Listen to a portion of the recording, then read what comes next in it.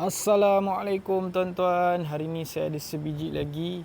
Okey, Toyota Camry yang ini memang sangat-sangat cantik tuan-tuan. Toyota Camry 2.5cc tahun 2014. Yang ini V-spec tuan-tuan. Spek paling tinggi tuan-tuan untuk Camry tuan-tuan.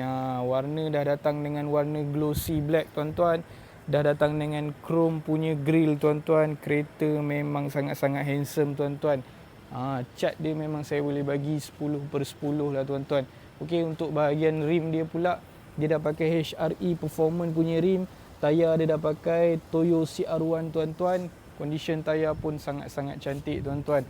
Okey, ini bahagian dalaman dia dah pakai full leather seat dengan ada finishing kayu sekali tuan-tuan.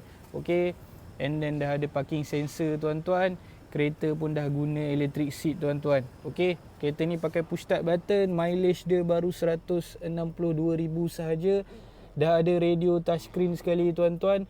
Siap dengan reverse camera sekali tuan-tuan. Okey, confirm selesa punya tuan-tuan. Leather dia pun sangat cantik. Tak ada crack langsung tuan-tuan. Tak ada koyak langsung tuan-tuan. Okey, seat bahagian belakang pun sangat-sangat luas lah tuan-tuan. Space dia okey, memang sangat-sangat selesa. Siap ada armrest sekali dekat belakang ni, dengan tempat letak minuman sekali tuan-tuan. Siap ada dengan aircon sekali dekat belakang ni tuan-tuan.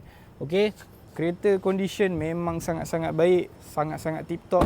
Tuan-tuan boleh datang terus, boleh test drive, boleh bawa foreman, nak check segala jenis macam, tak ada masalah tuan-tuan.